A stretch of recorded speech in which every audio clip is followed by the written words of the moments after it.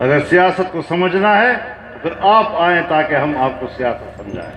نعرہ تکبیر! اے تیری مغرب کا راستہ نہ بتائیں، ہمیں اپنے ان علوم پر فخر ہے۔ قرآن و حدیث کے علوم کا تحفظ ہمارے اکابر نے بہت قربانیوں کے ساتھ کیا تھا۔ جنرل مشرف نے بھی کوئی ماڈل مدرسہ، پتہ نہیں اس نام سے کوئی مدرسے بنائے، جی ماڈل دینی مدرسہ، وہ کدھر ہیں؟ آپ نظر آتے ہیں کہیں؟ اور خود اس نے اعتراف کیا کہ وہ ماڈل مدرسہ نہیں چل سکا، تو پھر اپنے آپ کو بدنام کیوں کیا؟ آج حکومت نے پھر آپ کے وفاق کے مقابلے میں اپنی مرضی کے کوئی وفاق بنا دیے۔ یہ ڈگڈگی بجانے والے وفاق ہیں، کوئی طالب علم نہیں جائے گا اس میں، کوئی مدرسہ نہیں جائے گا، کوئی عالم دین نہیں جائے گا، تو تمہارے اپنے مدرسے، اپنے لوگ، اپنے کام دو چار اور بھی بنا لو، ہمیں کوئی فرق نہیں پڑتا، ہم اپنی جگہ قائم ہیں، اپنی جگہ کھڑے ہیں۔ تم نے 20 سال محنت کی، ہمیں اپنے کیا ہے؟ مہنگائی دی ہے، غربت دی ہے، افلاس دیا ہے۔ آج غریب آدمی کے گھر میں ان سے اپنے بچوں کی بھوک دیکھی نہیں جاتی۔ آخر کیوں ماں باپ اپنے بچوں کو نہر میں پھینک دیتے ہیں؟ کیا وجہ ہے کہ مائیں اور ان کے والدین اپنے بچوں کو ذبح کر دیتے ہیں؟ مائیں اپنے بچوں کو بازار میں لاتی ہیں برائے فروخت، یہاں تک ہم پہنچ گئے ہیں۔ اور ملک کی حالت یہ کہ آپ کا سالانہ بجٹ، اس کا تخمینہ 0 سے بھی نیچے چلا گیا ہے، اور آنے والے وقت ہیں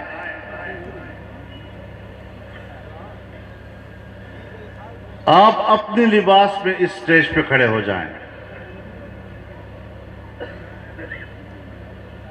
اور پھر سامنے عوام ہوں اور ان سے پوچھیں کہ ان لوگوں میں سندھی کون ہے، ان لوگوں میں پشتون کون ہے، ان لوگوں میں پنجابی کون ہے، ان لوگوں میں بلوچ کون ہے، بخدا آپ نہیں پہچان سکیں گے۔ لیکن آپ اسی طرح علماء کو کھڑا کر دیں تو ہر آدمی اپنے قومی لباس میں نظر آئے گا اور پتہ چلے گا کہ اس لباس کا آدمی سندھ سے تعلق رکھ رہا ہے، یہ لباس بلوچ کا ہے، یہ لباس پشتون کا ہے، اور یہ پنجاب کا ہے۔ قومی دھارا تو یہ ہے جس میں ہم چل رہے ہیں، تم تو مغرب کے دھارے میں چل رہے ہو۔ ان کے کام سے کام نہ رکھیں، آپ اپنے حدود میں رہیں، ہم اپنے حدود میں رہیں گے، ایک دوسرے کا احترام اور ایک دوسرے سے تعاون جاری رہے گا، جنگ نہیں ہوگی، ہم سب پاکستانی بنے اور ایک پاکستانی قوم کی حیثیت سے ہمارے صلاحیتیں منظم ہوں۔ لیکن اگر ہم جبراً اقتدار پر قبضہ کریں تو جبری قبضہ تو شریعت کو قبول نہیں ہے۔ جناب رسول اللہ صلی اللہ علیہ وسلم کا ارشاد ہے، ستۃ لعنتہم ولعنہم اللہ، تم ہماری استقامت کے مقابلے میں ناکام ہو گئے، یہ جو تم نے کل نئے نئے وفاق جنم لیے ہیں، یہ تمہاری شکست اور ناکامی کا اعلان ہے۔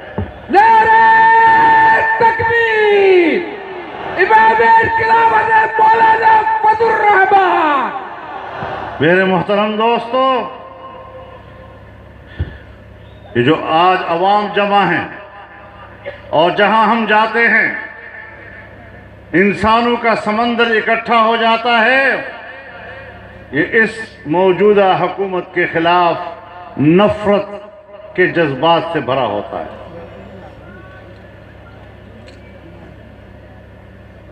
انہیں نظر آ رہا ہے کہ یہ ہماری حکومت نہیں ہے، یہ دھاندلی کی حکومت ہے، یہ ہماری حکومت نہیں ہے، یہ ووٹ کی چوری کی حکومت ہے۔ سفارتکاری کے جاہل قسم کے لوگ کس قسم کی دنیا ہم پر مسلط ہے؟ اچھے بڑے لوگوں سے میں نے یہ بات سنی۔ تو آج کوئی دوست آپ کا نہیں، دنیا میں ہم تباہ ہو گئے، ملک کی معیشت ہماری تباہ ہو گئی ہے، افغانستان ہم سے آگے، ایران ہم سے آگے، انڈیا تو ہے ہی آگے، سری لنکا ہم سے آگے، بنگلہ دیش ہم سے آگے، بھوٹان اور نیپال سے چھوٹے چھوٹے ممالک ہم سے آگے، اور اس پورے خطے میں اور ماحول میں ایک پاکستان ہے جو ڈوب رہا ہے۔ تو پھر ایسے حکمرانوں کو کیوں ہونا چاہیے؟ ہم کسی کے غلام تو نہیں ہیں، ہم ایک آزاد زندگی چاہتے ہیں۔ اسی آزادی کے لیے ہمارے اکابر نے 150 سال تک قربانیاں دی۔ اگر ہم انہی کے وارث ہیں تو آج بھی وہ فرض اور وہ قرض ہم پر باقی ہے۔ والی حکومت کو ہم تسلیم نہیں کرتے۔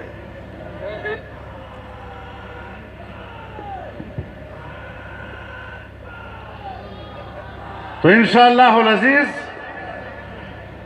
اس حکومت کو ہم تسلیم نہیں کرتے، اس کے خلاف ہماری جنگ جاری رہے گی۔ نعرہ تکبیر! مغربی تہذیب کے بجائے ایک اسلامی، قومی اور وطنی تہذیب کے تحفظ کے لیے اپنی توانائیاں صرف کرنا، اور مجھے یقین ہے اللہ کی ذات پر انشاءاللہ العزیز جب ہم اس جذبے اور اس عزم کے ساتھ زندگی گزاریں گے، دنیا کی کوئی طاقت نہ دینی مدرسے کو ختم کر سکے گی، نہ دینی علوم کو ختم کر سکے گی، نہ دینی تہذیب کو ختم کر سکے گی۔ نعرہ تکبیر! انشاءاللہ انہی جذبات کے ساتھ ہم متحد رہیں گے، انشاءاللہ! اور جب 26 مارچ کو اسلام آباد کی طرف چلنا ہوگا تو کیا خیال ہے آپ لوگوں کا؟ انشاءاللہ! نعرہ تکبیر! قائد اگر سیاست کو سمجھنا ہے تو پھر آپ آئیں تاکہ ہم آپ کو سیاست سمجھائیں۔ نعرہ تکبیر! قائد